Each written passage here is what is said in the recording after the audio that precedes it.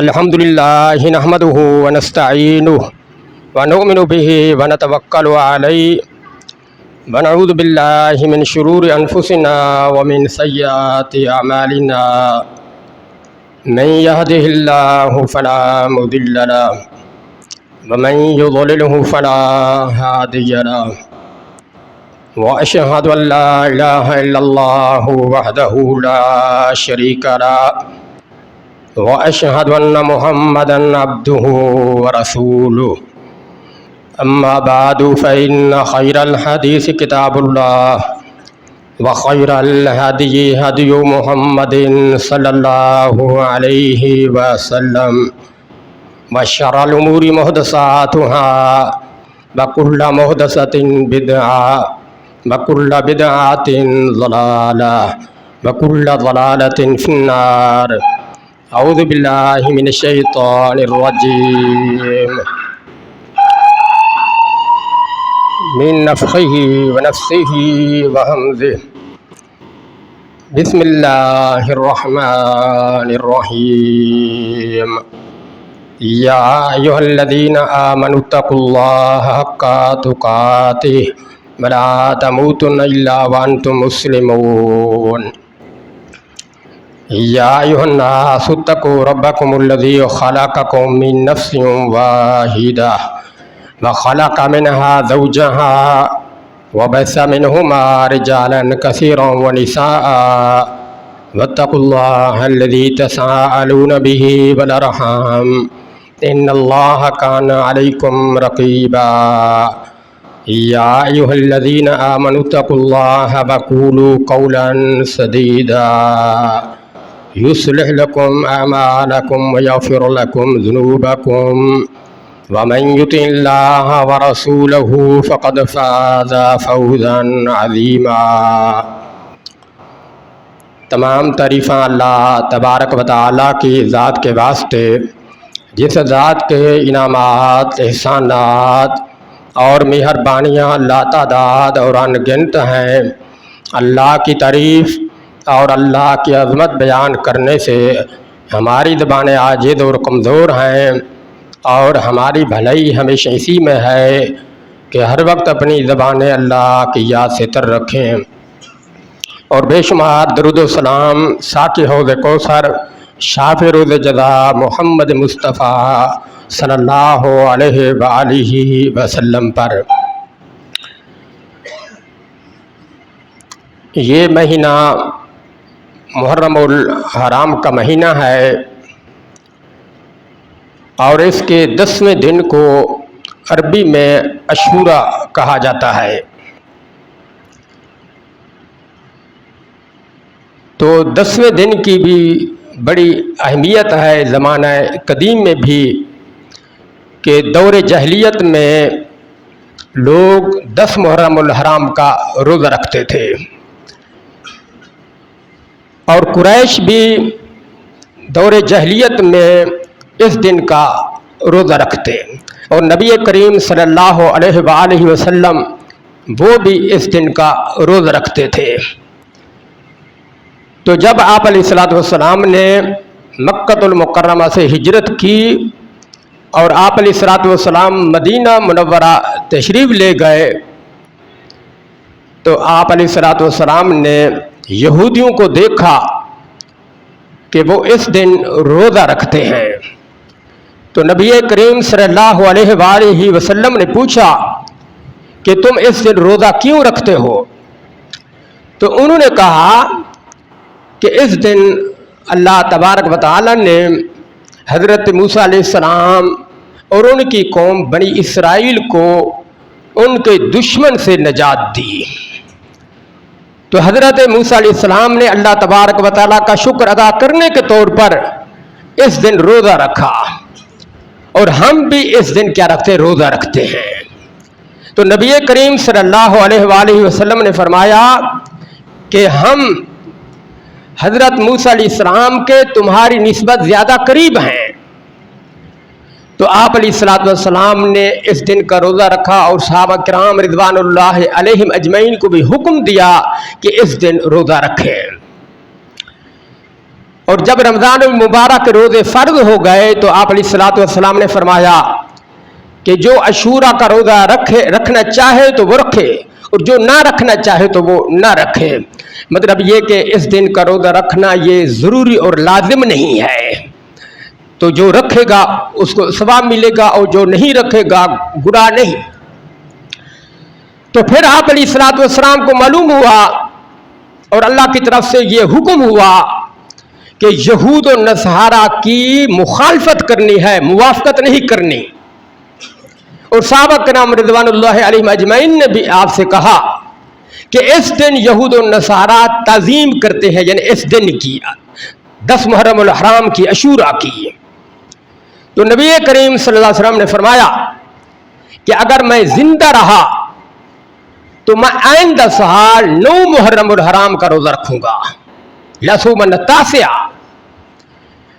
لیکن محرم الحرام نہ آیا، آپ علیہ الصلوۃ والسلام آنے سے پہلے فوت ہو گئے، یعنی اگلا سال آنے سے پہلے آپ علیہ الصلوۃ والسلام دنیا سے کوچ فرما گئے۔ اور حضرت ابن عباس رضی اللہ عنہ فرماتے ہیں کہ 9 محرم الحرام کا روزہ رکھا جائے، 10 محرم الحرام کا، یا پھر 10 محرم الحرام 11 محرم الحرام کا روزہ رکھا جائے، تاکہ یہود و نصارہ کی کیا ہو، مخالفت ہو۔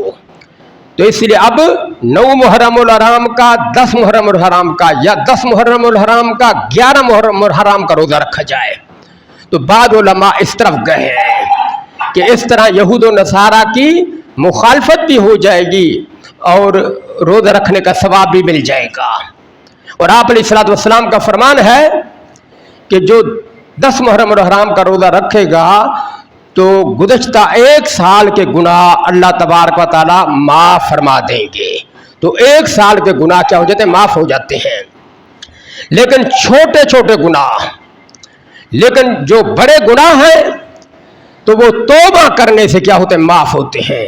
کہ بندہ اللہ کے حضور سچی توبہ کرے اور آنسو بہائے کہ آئندہ اے اللہ یہ گناہ میں نہیں کروں گا، تو اللہ پاک بندے کے گناہ معاف فرما دیتے ہیں۔ جب بندہ روئے اور اللہ تبارک و تعالیٰ سے سچے دل سے توبہ کرے، اللہ پاک گناہ معاف فرما دیتے ہیں۔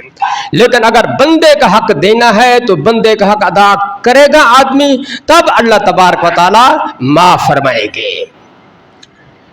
تو یہ 10 محرم الحرام کی کیا ہے اہمیت، کہ دور جاہلیت میں بھی لوگ اس دن کا کیا رکھتے تھے، روزہ رکھتے تھے۔ اور یہ ماہ محرم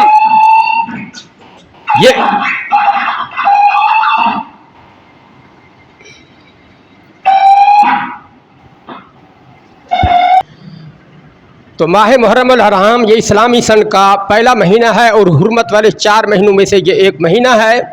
اور دور جاہلیت میں عرب لوگ بھی ان کے تقدس کا خیال رکھتے تھے اور اپنے آپ کو جنگ اور قتال سے روک دیتے تھے۔ تو اسلام نے ان مہینوں کی حرمت کو کیا رکھا، برقرار رکھا۔ اور بعض لوگ ماہ محرم کو ماہ غم یعنی سوگ کا مہینہ سمجھ لیا ہے۔ تو اس مہینے میں وہ کہتے ہیں کہ اگر کوئی آدمی شادی کرے گا تو خیر اور برکت نہیں ہوگی اور وہ شادی مبارک نہیں ہوگی، منحوس ہوگی، چونکہ یہ کیا ہے، سوگ کا مہینہ ہے اور یہ غم کا مہینہ ہے۔ تو اس لیے اس مہینے میں شادی کرنا یہ کیا ہے، معیوب کام ہے، اور اس میں خوشی کا اظہار کرنا تو یہ بھی درست نہیں ہے، چونکہ یہ غم کا مہینہ ہے اور یہ کیا ہے، سوگ کا مہینہ ہے۔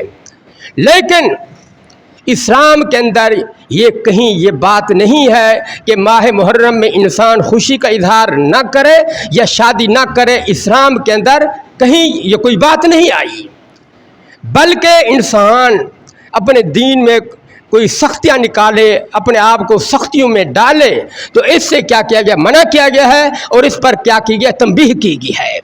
حضرت ابن عباس رضی اللہ عنہ سے روایت ہے کہ نبی کریم صلی اللہ علیہ وسلم بیت اللہ کا طواف کر رہے تھے۔ آپ علیہ الصلوۃ والسلام نے ایک آدمی کو دیکھا کہ وہ دوسرے آدمی کے ناک میں رسی ڈال کر طواف کروا رہا ہے۔ تو نبی کریم صلی اللہ علیہ وسلم نے اس رسی کو کاٹ دیا اور آپ علیہ الصلوۃ والسلام نے فرمایا کہ اس کا ہاتھ پکڑ کر اس کو طواف کراؤ۔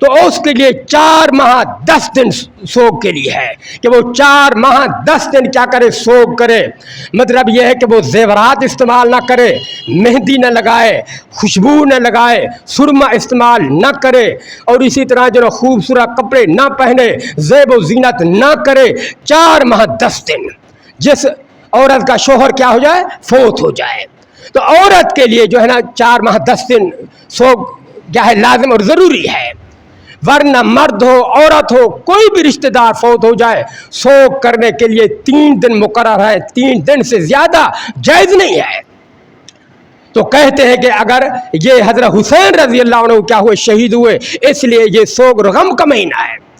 یہ بات اپنی جگہ ٹھیک ہے کہ حضرت حسین رضی اللہ عنہ کی شہادت کا واقعہ یہ المناک واقعہ ہے اور یہ واقعہ غمناک ہے، لیکن یہ جائز نہیں ہے کہ ماہ محرم سوگ کا مہینہ بن جائے یا غم کا مہینہ بن جائے، چونکہ یہ شریعت میں کیا اضافہ ہے، کیونکہ آپ علیہ الصلوۃ والسلام نے ہمیں اس طرح کی بات نہیں فرمائی۔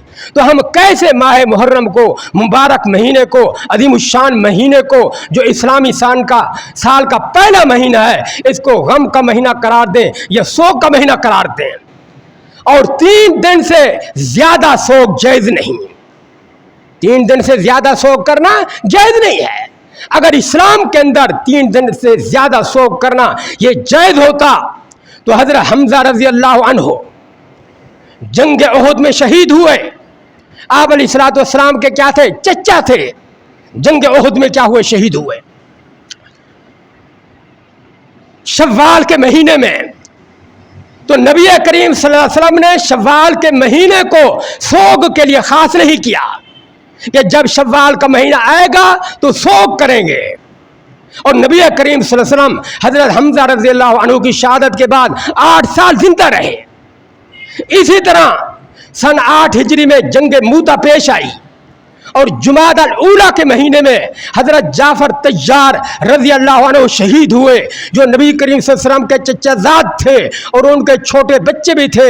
ان کی شہادت پر آپ کو رنج بھی ہوا، لیکن نبی کریم صلی اللہ علیہ وسلم نے جمادی الاولیٰ کے مہینے کو سوگ اور غم کے لیے خاص نہیں کیا، کیونکہ 3 دن سے زیادہ سوگ کی اجازت نہیں ہے۔ تو یہ بات کیا ہے، غلط ہے، اور یہ عقیدہ رکھنا غلط ہے کہ ماہ محرم یہ کیا ہے، سوگ کا مہینہ ہے یا کیا ہے، یہ غم کا مہینہ ہے۔ تو یہ جائز نہیں ہے اس طرح کا عقیدہ رکھنا کہ اس کے اندر جو ہے نا شادی کرنا یہ بھی جائز نہیں ہے۔ یہ سب باتیں کیا ہیں، غلط ہیں۔ اب مولانا احمد رضا خان بریلوی، ان سے پوچھا گیا، ان کی کتاب احکام شریعت میں ہے کہ ماہ محرم میں سبز لباس پہننا یا کالا لباس پہننا یہ کیسے ہے؟ تو انہوں نے جواب دیا، یہ سوگ ہے اور سوگ دین میں کیا ہے، حرام ہے۔ یہ احکام شریعت کے اندر مولانا احمد رضا خان بریلوی نے لکھا کہ ماہ محرم میں سبز کپڑا پہننا یا کالا لباس پہننا یہ سوگ ہے اور سوگ کیا ہے، حرام ہے۔ تو انہوں نے بھی اس بات کو کیا لکھا، حرام لکھا کہ ماہ محرم یہ سوگ کا مہینہ نہیں ہے۔ اسی طرح ماہ محرم میں عام لوگوں میں یہ رواج ہے کہ قبروں کی کیا کی جاتی ہے، مرمت کی جاتی ہے، قبروں کی مرمت کی جاتی ہے۔ جب ماہ محرم آتا ہے، کوئی لوگ 10 محرم اور حرام کو، کوئی عشرہ محرم کے اندر قبروں کی مرمت کرتے ہیں، لیپ کرتے ہیں، اور اس کو سنت سمجھا جاتا ہے۔ تو یہ بات بھی سن لیں کہ قرآن کے اندر یا حدیث کے اندر کہیں یہ بات نہیں آئی کہ ماہ محرم میں قبروں کی مرمت کرنا یا لیپ کرنا یہ نبی صلی اللہ علیہ وسلم کی سنت ہے، اور تم جو ہے نا محرم اور حرام کو قبروں کی مرمت کیا کرو، یہ بات قرآن میں ثابت نہیں ہے، اور نبی صلی اللہ علیہ وسلم کی حدیث میں بھی یہ بات ثابت نہیں ہے۔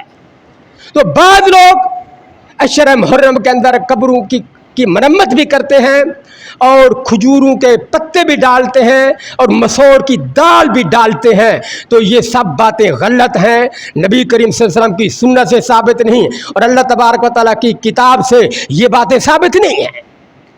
جو بات ثابت ہے وہ اتنی ہے کہ نبی کریم صلی اللہ علیہ وسلم 2 قبروں سے گزرے،